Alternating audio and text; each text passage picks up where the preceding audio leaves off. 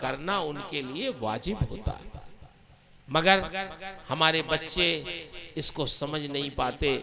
कितनी ऐसी हदीसें मिलती हैं मेरे नौजवान भाइयों, आप गौर करो कि सरकार की खिदमत में लोग हाजिर होते कि हमें जिहाद करने जाना है, आपके साथ जिहाद करना है। यमन से कोई आ रहा है, कोई दूसरे आबादी से आ रहा है, आने के बाद लोग कहते हुजूर हम यमन से आ रहे हैं। सरकार ने फरमाया किस लिए आ रहे हैं? कहा हुजूर आपके साथ जिहाद में चलेंगे। सरकार ने इरशाद फरमाया क्या तेरे माँ बाप जिंदा हैं? उन्होंने कहा हाँ या रसूल अल्लाह। फरमाया बूढ़े हैं? कहा हाँ या रसूल अल्लाह। इरशाद फरमाया जाओ वापस जाओ, फजाहिद फी हिमा, उन दोनों की खिदमत करो, यही तुम्हारे लिए जिहाद है। जो सवाब तुम पैगंबर के साथ जिहाद में पाओगे वही सवाब तुम्हें माँ बाप की खिदमत में मिल जाएगा। सरकार अपने साथ नहीं ले गए, उनको वापस कर दिया, भेज दिया, जाओ अपने माँ बाप की खिदमत करो। इसका मतलब क्या हुआ कि बड़ी बड़ी इबादतें माँ बाप के खिदमतों पर कुर्बान है ऐसी, जबकि उस जमाने में तो जिहाद फर्ज होता था। लेकिन सरकार ने ऐसे सहाबे किराम को जिनके माँ बाप बूढ़े होते थे तो उनको जिहाद में नहीं ले जाते, बल्कि उनको माँ बाप की खिदमत पर मामूर करते थे। आज लड़के बहुत कामयाब हो जाएं तब भी दिक्कत है कि वो माँ बाप के साथ रहते नहीं। कोई बंबई है, कोई कलकत्ता है, कोई इंग्लैंड है, कोई और कहीं है, तो फिर वो भी माँ बाप की खिदमत नहीं कर पाते। नहीं कामयाब है तब भी नहीं कर पाते, बहुत कामयाब है तो इतने दूर हो जाते हैं कि फिर उनको खिदमत का मौका ही नहीं मिल पाता। फिर बीवियों के ताल्लुक से घर में जो लोग हैं, आप गौर करें, अल्लाह के रसूल सल्लल्लाहु ताला अलैहि वसल्लम की बीवी, हम तमाम मुसलमानों की माँ उम्मुल मोमिनीन हजरत आयशा सिद्दीक़ा रदी अल्लाह ताला अन्हा की खिदमत में सहाबा पहुँचते थे पूछने के लिए कि सरकार घर में कैसे रहते थे। आप हजरात तवज्जो फरमाएं कि हम लोग बाहर की जिंदगी पुरतकल्लुफ गुजारते हैं, लेकिन कोई शख्स घर में पुरतकल्लुफ नहीं गुजार सकता। अपनी बीवी के साथ, अपने बच्चों के साथ उसे कैसे जिंदगी गुजारना चाहिए, आइए नबी करीम सल्लल्लाहु अलैहि वसल्लम के बारे में उम्मुल मोमिनीन के इरशादात सुने। जब उम्मुल मोमिनीन हज़रत आयशा रदियल्लाहु ताला अन्हा से सहाबे किराम पूछते कि उम्मुल मोमिनीन आप बताएं, हम तो सरकार को मस्जिद में देखते हैं, सफर में देखते हैं, हजर में देखते हैं, लेकिन घर में कैसे रहते हैं सरकार, ये तो आप बता सकती हैं क्योंकि आप उनकी ज़ौजा हैं। तो उम्मुल मोमिनीन हज़रत आयशा सिद्दीक़ा रदियल्लाहु ताला अन्हा इरशाद फरमाती है कि सुनो, सरकार जब घर में रहते थे तो बहुत सादा जिंदगी गुजारते थे, बेतकल्लुफ जिंदगी गुजारते थे। जमीन पे बैठ जाते और वहीं हम दस्तरखान लगा देती थी, खाना तनाउल फरमा लेते, खाना कुछ भी पका के हम दे देती थी। लेकिन माँ आबा रसूलुल्लाह सल्लल्लाहु अलैहि वसल्लम तामन तो सैयदुल अंबिया ने कभी किसी खाने को नापसंद नहीं फरमाया। ये नहीं कहा कि तुमने क्या पका के लाके रख दिया है, मैं तो इसे नहीं खाता हूं। नहीं, अगर कोई खाना आपको नापसंद था, नहीं खाते थे तो उसे छोड़ देते, नहीं खाते। लेकिन घर वालों से ये नहीं कहते थे कि तुमने क्या पका के लाके रख दिया है, ये तो मुझे पसंद नहीं है। कभी इस तरह किसी खाने की मजम्मत नहीं करते थे। एक मौलवी साहब को एक साहब ने दावत दी अपने घर, तो मौलाना साहब गए खाना खाने। मौलाना साहब ने पहला लुकमा उठाया तो कहा माशाअल्लाह आपकी अहलिया ने खाना बहुत अच्छा बनाया है। इतना सुनना था कि उनकी बीवी ज़ारो क़ितार रोने लगी। पर्दे के पीछे। मौलाना साहब ने कहा क्या बात है, मैंने कोई गलत बात कह दी है? खाना तो वाकई बहुत लजीज है। तो साहिबे खाना की बीवी कहने लगी, मौलाना साहब तकरीबन शादी के 40-50 के दरमियान हो गए साल, 40-50 साल के दरमियान हो गए हम लोगों को एक साथ रहते हुए, लेकिन आज तक कभी हमारे शौहर ने ये नहीं कहा कि तुमने खाना बहुत अच्छा बनाया, कभी नहीं। ऐब तो निकाला, नापसंदीदगी का इजहार तो किया, डांट डपट तो किया, लेकिन कभी नहीं कहा कि आज तुमने खाना अच्छा बनाया है। आज पहली मर्तबा जिंदगी में मैंने आपकी जुबान से सुना तो मेरे आंसू निकल गए कि काश मेरे शौहर भी कभी ये कह देते कि तुमने खाना अच्छा बहुत बनाया है, तो मेरी दिलजोई तो हो जाती, मुझे खुशी तो हो जाती कि मैंने इतनी मेहनत से बनाया तो मेरे शौहर को पसंद तो आ गया। आप गौर करें, आप कैसे रहें, कैसे हमें रहना है, वो आपको मैं बताऊं। सरकार के बारे में उम्मुल मोमिनीन इरशाद फरमाती है कि सरकार जमीन पे बैठ जाते, खाना हम रख देती, सरकार खाना तनाउल कर लेते, तनाउल फरमा लेते, मोहब्बत ऐसी करते थे हम लोगों से कि उम्मुल मोमिनीन फरमाती है अगर मैं तवे में रोटी डाल देती पकने के लिए तो मेरे सरकार उस तवे की रोटी को उलटने पलटने लगते।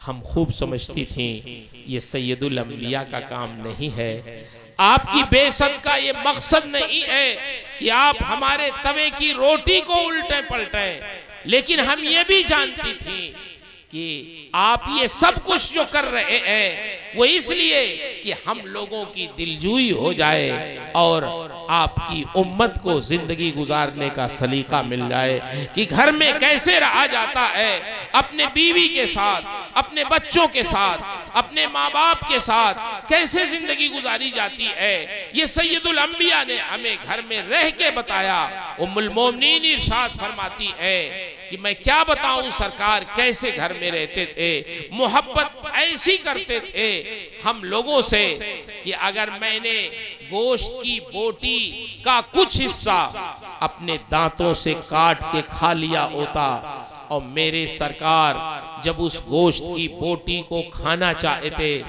तो मालूम है वहीं से अपने दंदाने मुबारक लगाते जहां से आयशा ने अपने दांतों से काट के खाया होता। आप गौर करें, उम्मुल मोमिनीन इरशाद फरमाती है एक मर्तबा मैंने प्याले में पानी लिया और प्याले में पानी लेकर मैं पीने लगी, अभी आधा प्याला पानी मैंने पिया होगा कि मेरे सरकार इरशाद फरमाते हैं आयशा सारा पानी तुम ही पी डालोगी या मेरे लिए भी कुछ बचाओगी। क्या अंदाज था सरकार का, हुक्म भी दे सकते थे कि पानी अब तुम ना पियो मुझे दो, लेकिन मोहब्बत का अंदाज देखें, इरशाद फरमाते हैं आयशा क्या सारा पानी तुम ही पी डालोगी या मेरे लिए भी कुछ बचाओगी। फरमाती है मैं फौरन रुक गई, मैंने अब प्याला जो मुंह में लगाया था मैंने अलहदा कर लिया, वो प्याला लेके मैं सैयदुल अंबिया की खिदमत में हाजिर हुई। मैंने अर्ज किया हुजूर आप इसे पी लें। सरकार ने वो प्याला लिया, अपने होठों से करीब लगाना चाहते थे, फिर रुक गए। इरशाद फरमाते हैं आयशा ये बताओ तुमने अपने होठ कहां से लगा के पिए हैं, मुझे बताओ, मैं वहीं से पीना चाहता हूं जहां से तुमने पानी पिया है। आप मुझे बताओ अगर कोई शौहर अपनी बीवी से इस तरह मोहब्बत करे जिस तरह सैयदुल अंबिया करते थे, कभी तलाक की नौबत आएगी, कभी झगड़े की नौबत आएगी, कभी मारपीट की नौबत आएगी, कभी दो खानदानों में मुकदमा बाजी की नौबत आएगी। आज अगर झगड़े हो रहे हैं, मारपीट हो रही है, तलाक की नौबत आ रही है, दो खानदानों में मुकदमा बाजी हो रही है, तो ये सब कुछ इसलिए हो रहा है कि हमने अपने नबी की सुन्नत छोड़ दी है, अपने नबी का तरीका छोड़ दिया है, अपने नबी की तर्ज़े जिंदगी छोड़ दी है, आपकी सीरत तैयबा को हमने छोड़ दिया है। हम अपने मिजाज के मुताबिक जिंदगी गुजारना चाहते हैं। आदमी अपनी तबीयत के मुताबिक जिंदगी न गुजारे, बल्कि पैगंबर की लाई हुई शरीयत के मुताबिक जिंदगी गुजारे। इसी के लिए ये उलमाए किराम हैं, इसी को समझाने के लिए जलसे मुनाकिद किए जाते हैं, इसी के लिए जुमे में खुतबे दिए जाते हैं, मिलाद शरीफ की महफिलें होती हैं आपको समझाने के लिए कि आप कैसे जिंदगी गुजारें। सबसे पहले तो खुशगवार माहौल अपने घर से आप शुरू करें, और कभी कभी बीवी की तकलीफ दे बातों पर शौहर को, और शौहर की तकलीफ दे बातों पर बीवी को सब्र करना जरूरी होता है। अगर आदमी सब्र न करे तो घर का माहौल खराब हो जाए। हजरते उमर फारूक आजम रज़ी अल्लाह ताला अन्हु का दौरे खिलाफत देखें। आपके दौरे खिलाफत की उसात कहाँ मदीना है, कहाँ ईरान है। ईरान आज आप जुग्राफिया उठा के देखिए, नक्शा दुनिया का देखिए, मदीने से लेके ईरान तक कितने मुल्क हैं। ये तो बहुत मुल्क हो गए। शाम जो उस वक्त दौरे फारूकी में एक स्टेट की हैसियत रखता था, आज उस शाम में तकरीबन 4 से 5 मुल्क बने हुए हैं। उस शाम के अंदर मदीने से लेके ईरान तक, मदीने से लेके शाम तक किसकी हुकूमत थी? हजरत सैयदना उमर फारूक आजम रज़ी अल्लाह ताला अन्हु की हुकूमत थी। ईरान फतह हुआ तो वहां की एक कारपेट आई, कालीन आई जो बड़ी अच्छी थी, जिसको बहारे चीन के नाम से याद किया जाता था। बड़ी खूबसूरत थी। लोगों ने कहा मस्जिद नबवी में इसको रख दिया जाए, तो आपने फरमाया अस्तगफिरुल्लाह, मस्जिद नबवी में मैं उसको रखूंगा? ईरान की कारपेट को जिस पर लोग चलते थे, मस्जिद में लोग उस पर सीधा करेंगे? हरगिज नहीं। वहां मस्जिद नबवी के दरवाजे पे रख दिया कि जो आए अपना पैर उसमें पोंछ कर फिर मस्जिद नबवी के अंदर दाखिल हो। फरमाया हमारी मस्जिद नबवी इतनी मोहतरम है कि ईरान की कारपेट उसमें हम रखेंगे। हजरत उमर फारूक आजम के दौरे खिलाफत में बड़ी उसअत थी। आपके पास टाइम बहुत कम रहता था। दिन भर हुकूमत के फैसले निपटाते, रात में आप गश्त भी करते, लोगों की खबरगिरी भी करते, और कब सोते थे कब उठ जाते थे, अल्लाह अकबर। सोते और सुबह को उठते। जितने घर पढ़ते थे आपके घर से लेके मस्जिद नबवी तक, सबको बेदार करते हुए जाते फजर में, और खुद ही फजर की नमाज पढ़ाते थे। ऐसी मसरूफियत थी।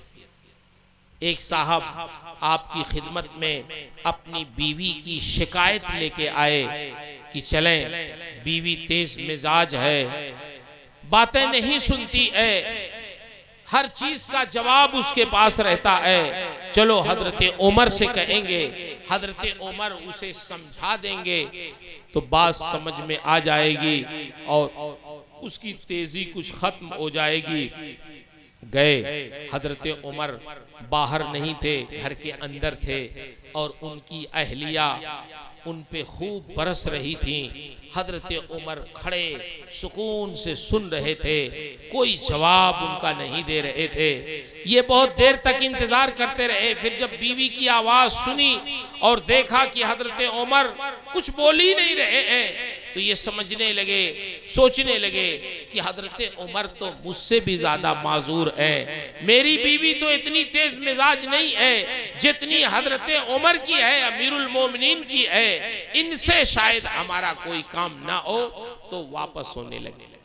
इतने में हजरत उमर अपने दौलत कदे से बाहर आए, और जब बाहर आए तो देखा कि वो शख्स जा रहे हैं। बुलाया, मेरे भाई कहाँ आए थे तुम और कहाँ जा रहे हो? उन्होंने कहा हुजूर मैं एक जरूरत से आया था, लेकिन मैं अब महसूस कर रहा हूँ कि मेरी जरूरत लगता है आपसे नहीं पूरी होगी। मैं तो इसलिए आया था कि आप मेरी बीवी को कुछ समझा देंगे, कुछ डांट देंगे तो वो कुछ सीधी हो जाएगी। बड़ी जुबान दराज है, लेकिन मैंने देखा कि आपकी बीवी तो मेरी भी बीवी से ज्यादा जुबान दराज है। आपका रोब दाब क्या हो गया? आप इतने बारोब थे कि किसी की बात बर्दाश्त ही नहीं करते थे। बीवी इतनी देर से आपको कह रही है और आप हैं कि खड़े सुन रहे हैं, कोई जवाब भी नहीं दे रहे हैं, क्या बात है? तो हजरत उमर फारूक आजम रज़ी अल्लाह ताला अन्हु ने जो जवाब दिया, वो जवाब मैं आपको सुनाना चाहता हूँ कि कितना प्यारा जवाब दिया जिंदगी गुजारने के लिए। इरशाद फरमाते हैं, तुमने मेरी बीवी का नाराज होना तो देखा, लेकिन ये नहीं देखा कि उसके अंदर खूबियां क्या हैं, उसके अंदर अच्छी खसलतें क्या हैं। इरशाद फरमाते हैं, बैठो, मैं तुम्हें समझाना चाहता हूँ। मेरी बीवी का नाराज होना तुमने देखा, लेकिन ये नहीं देखा कि मैं अमीरुल मोमिनीन हूँ। मदीने से लेके ईरान तक, मदीने से लेके शाम तक के फैसले मैं करता हूँ। दिन भर हुकूमत के मसाइल हल करता हूँ। रात होती है तो गश्त भी करता हूँ। फिर जब सन्नाटा हो जाता है, मुसल्ला बिछा के अपने रब को राजी करता हूँ। फिर सुबह सवेरे मैं उठ जाता हूँ। मेरे पास कोई खास टाइम नहीं बचता कि मैं अपने बाल बच्चों पर ज्यादा तवज्जो दूं, लेकिन यही मेरी बीवी है जो मेरे बच्चों की परवरिश करती है, मेरे लिए खाना बनाती है, बच्चों के खाने का इंतजाम करती है, उनकी तालीम और तरबियत का इंतजाम करती है, उनके कपड़े धुलती है, मेरे भी कपड़े धुलती है, मेरे बिस्तर लगाती है। और अगर कभी उमर बीमार हो जाते हैं तो बीमार उमर होते हैं। नींद बीवी को सारी रात नहीं आती, ये मेरे सिरहाने बैठकर मेरी तीमारदारी करती रहती है। तो मेरे भाई, अगर थोड़ा सा कभी नाराज भी हो जाती है तो मैं उसकी खूबियों के सदक़े में उसकी खामियों को माफ कर देता हूँ। जाओ तुम भी इसी तरह जिंदगी गुजारो, उसकी खूबियां भी देखो खामियों के साथ, सिर्फ खामियों पे निगाह न रखो, उसकी खूबियां भी शुमार करो, देखो, और उसकी खूबियों के सदक़े में उसकी खामियों को माफ कर दिया करो। यही जिंदगी गुजारने का सलीका है। तलाक तरीका नहीं है, मारपीट तरीका नहीं है, मुकदमाबाजी तरीका नहीं है, बल्कि नबी करीम सल्लल्लाहु अलैहि वसल्लम और आपके असहाब की सीरत और तरीका, यही हमारी जिंदगी गुजारने का तरीका है। अल्लाह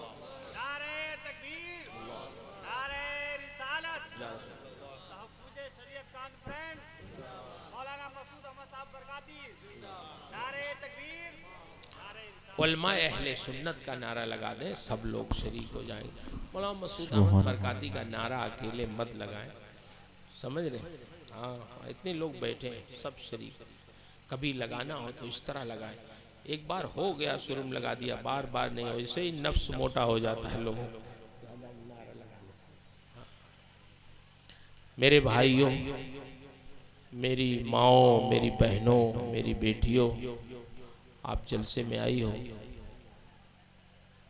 तो तवज्जो से आप सुने और हमारे उलमाए रब्बानीन जो बातें इरशाद फरमाएं उस पर अमल करने की कोशिश करें। ये जलसे सिर्फ सुनने के लिए नहीं होते, और ये ना सोचें कि हमारे पास टाइम बहुत है, अभी अमल तो कर लेंगे।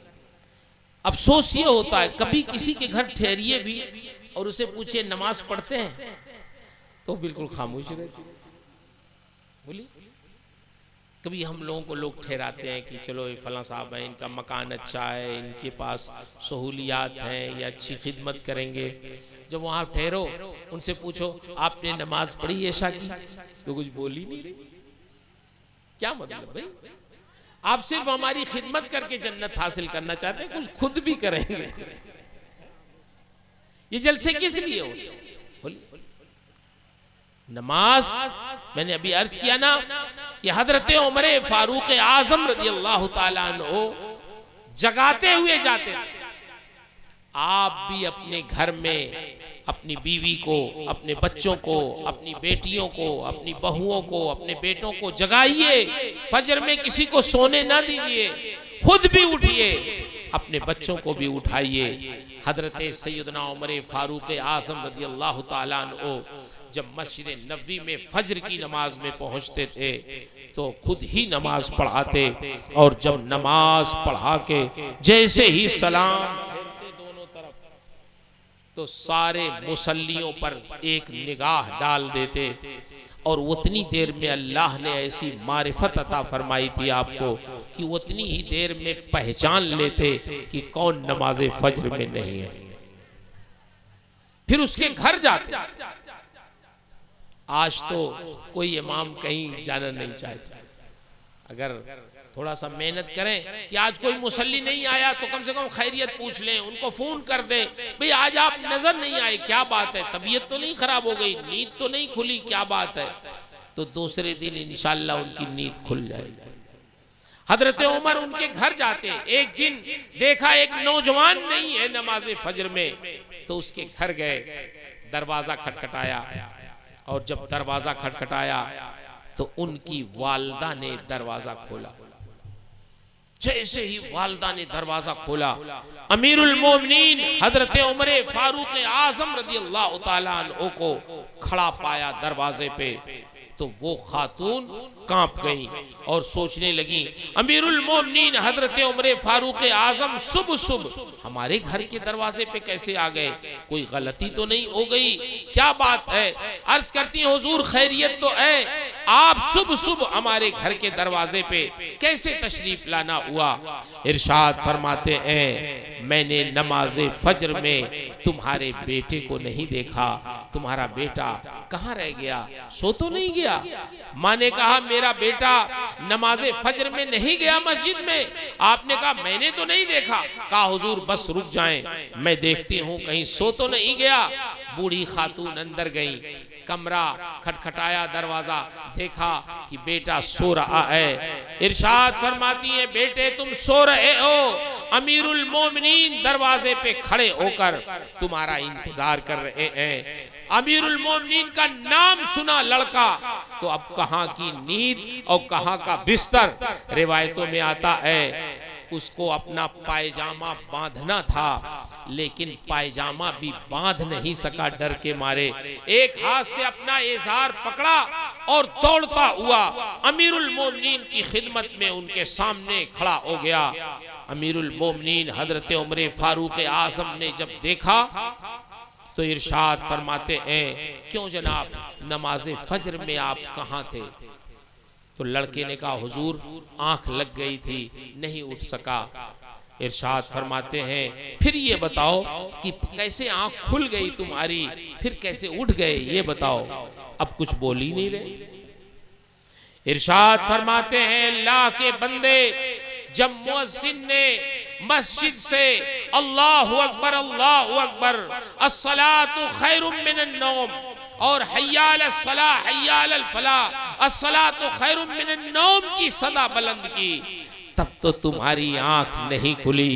और जब तुम्हारी माँ ने कह दिया इतना कि अमीरुल मोमिनीन दरवाजे पे खड़े हैं, तो अमीरुल मोमिनीन के डर से तुम्हारी आंख ऐसी खुल गई कि तुम अपना पायजामा भी नहीं बांध सके और डर के मारे दौड़े हुए तुम मेरे सामने आ गए। अल्लाह के बंदे, काश अमीरुल मोमिनीन से कहीं ज्यादा तुम अपने रब से डरते तो तुम मस्जिद नबवी आ गए होते। अमीरुल मोमिनीन के डर से तुम्हें नमाज नहीं पढ़नी है, अपने रब की मोहब्बत में तुम्हें नमाज पढ़नी है। काश अगर तुम्हारे दिल में तुम्हारे रब का खौफ होता तो तुम मस्जिद नबवी पहुंच गए होते।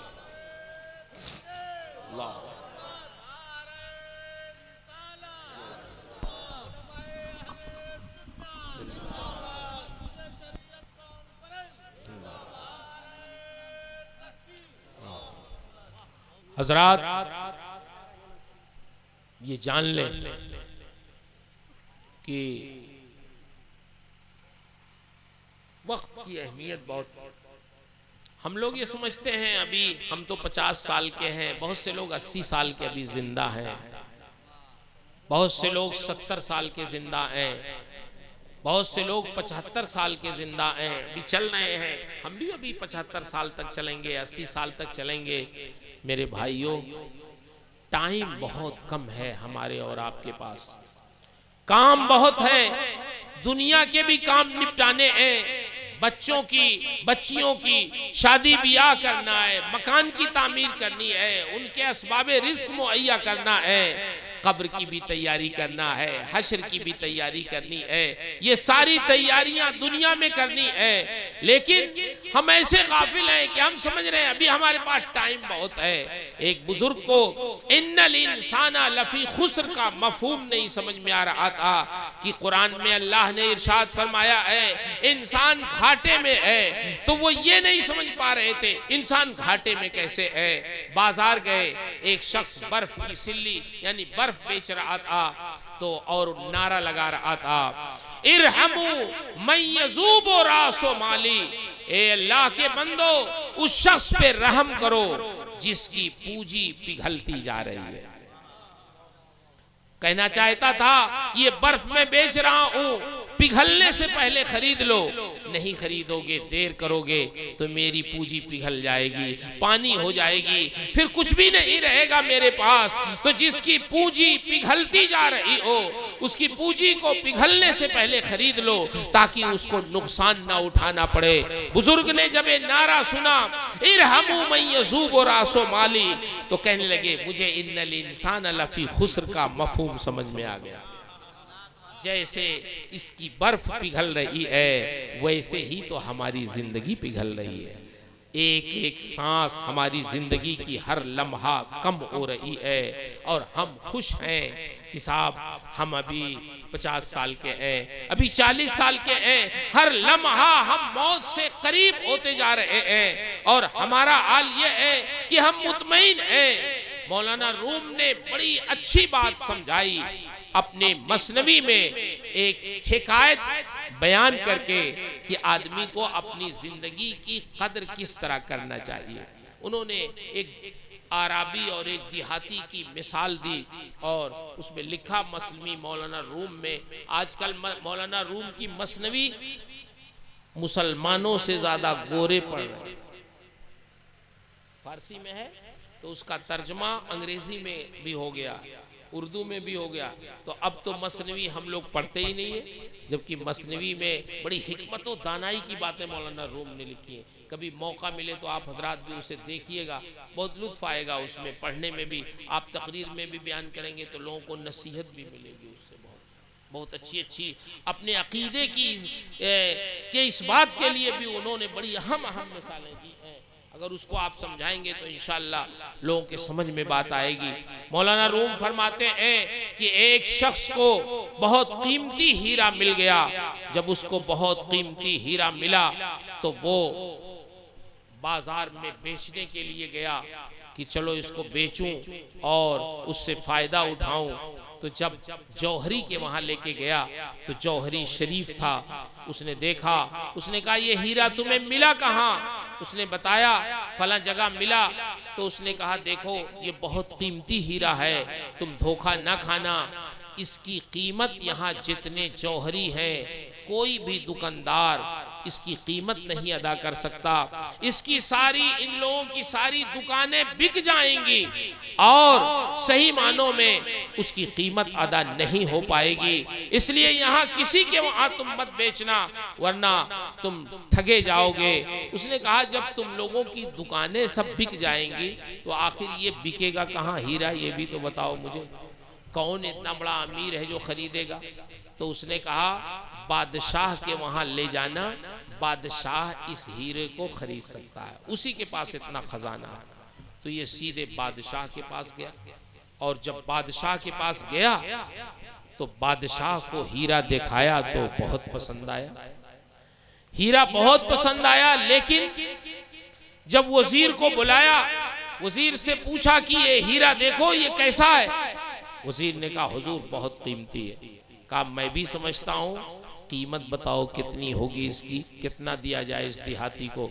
तो बादशाह के कान में कहा कि हुजूर आपकी पूरी सल्तनत बिक जाएगी लेकिन इस हीरे की कीमत नहीं अदा होगी, इतना कीमती हीरा। बादशाह ने कहा इतना कीमती हीरा है तो ये बताइए हम लेंगे कैसे आखिर इससे? हमारा दिल तो लग गया है, अब हमें लेना है इससे, मगर लेंगे कैसे? वज़ीर ने कहा वो तरकीब हमारे पास है, हम तरकीब लगाते हैं, लेकिन खरीदा नहीं जा सकता, इतना कीमती। वज़ीर ने उस देहाती से कहा सुनो ये हीरा हमें दे दो, और बहुत बेशकीमत है तुम्हारा ये हीरा, इतना कीमती है कि अब इसकी कीमत हम बता ही नहीं सकते कितनी है, लेकिन हाँ इतना समझ लो कि कल सुबह सवेरे सूरज निकलने से पहले तुम शाही महल आ जाओ और सूरज डूबने तक रहो।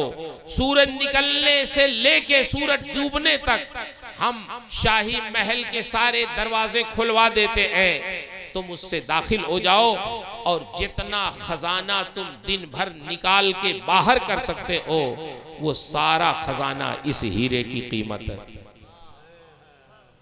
वो देहाती ऐसा खुश हुआ कि घर गया तो रात भर उसको नींद ही नहीं आई खुशी में।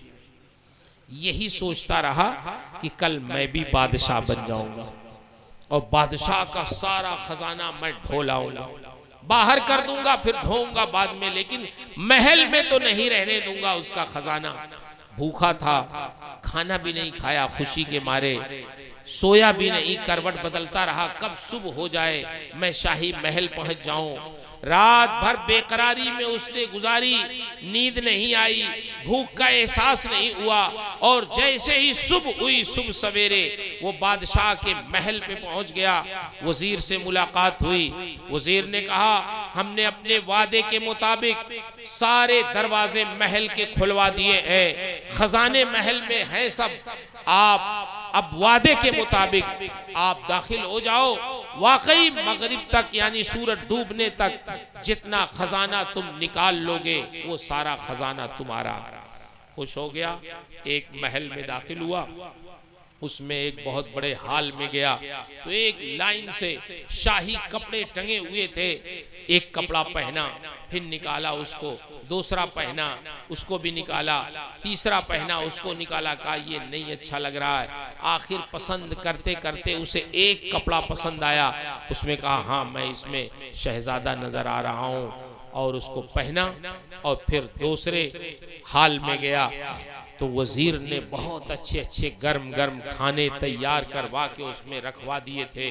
रात भर का भूखा था, खाना देखा तो खाने पे टूट पड़ा, खूब पेट भर के खाना खाया, और फिर वहां से जब तीसरे महल में दाखिल हुआ तो बड़े मोटे मोटे गद्दे बिस्तर बहुत अच्छे वजीर ने लगवा दिए थे, औरतों को बैठा दिया था पंखा लेके कि पंखा झलो। जब ये पहुंचा उसने कहा ये बिस्तर किसके लिए लगे हुए हैं? उन औरतों ने कहा हम खादिमाएं हैं बादशाह की, आपके लिए बिस्तर लगा हुआ है। कहा मैं आराम कर सकता हूँ? कहा बिल्कुल कर सकते हैं। सोचा अभी टाइम तो बहुत है, अभी दिन तो पूरा बाकी है, लाओ कुछ देर में आराम कर लूं, फिर उठूंगा खजाना बाहर कर लूंगा। रात भर का सोया हुआ नहीं था, जगा था, उसने अच्छा बिस्तर देखा, खाना खा लिया था, भूखा था, सुस्त पड़ गया, और बिस्तर पे जब सोया उन कनीजों ने पंखा जला तो इतना सोया कि सूरज डूब गया। सूरज जैसे डूबा, बादशाह के कारिंदों ने आके उसे जगाया, और जैसे ही उठा फिर वो खजाना समेटने लगा। बादशाह के खादिमों ने कहा खबरदार, अब आप कोई खजाना नहीं ले जा सकते, सूरज डूब गया है, वादा हमारा मुकम्मल हो गया है। उसने बहुत मन्नतों समाजत की कि मुझे कुछ तो ले जाने दो, मैं कुछ भी नहीं निकाल सका और अब मैं खाली हाथ जाऊं। लोगों ने कहा हाँ, जैसे वो फकीर खाली हाथ गया था वैसे ही खाली हाथ वापस आया, और दिन भर का मौका मिला, कुछ भी नहीं वो कर सका। मौलाना रूम ये हिकायत लिखने के बाद इरशाद फरमाते हैं, अपना फैसला सुनाते हैं कि वो देहाती शख्स कितना महरूमुल किस्मत था। अगर वो एक दिन की भूख और नींद पर सब्र कर लेता और दिन भर मेहनत करके खजाना बाहर निकाल लेता तो खुद भी आराम करता, उसकी आने वाली नस्लें भी आराम करती। लेकिन वो एक दिन की भूख पर, एक दिन की नींद पर सब्र ना करने की वजह से कितना बड़ा अपनी जिंदगी और आने वाली नस्लों का नुकसान किया। ऐसे ही मौलाना रूम फरमाते हैं, दुनिया में जिंदगी गुजारने वाले इंसानों, तुम ये समझते हो तुम्हारे पास अभी टाइम बहुत है, वक्त बहुत है, तुम 20 साल के हो, अभी तुम्हारे पास बहुत है टाइम, तुम 25 साल के कड़ियल जवान हो, अभी तुम्हारे पास टाइम बहुत है। तुम्हें नहीं मालूम कि जिस दुकान से किसी दूल्हे का जोड़ा खरीदा जाता है, चंद ही दिनों के बाद उसी दुकान से उसका कफन भी आता है। कितने ऐसे वाकयात मिलते हैं कि नौजवान है, चल रहा है, शादी के बाद एक्सीडेंट हुआ, मर गया, जिस दुकान से उसका जोड़ा खरीदा गया उसी दुकान से उसका कफन भी आ रहा है। किसे पता था कि जवानी में वो चला जाएगा? अल्लाह को मालूम है कि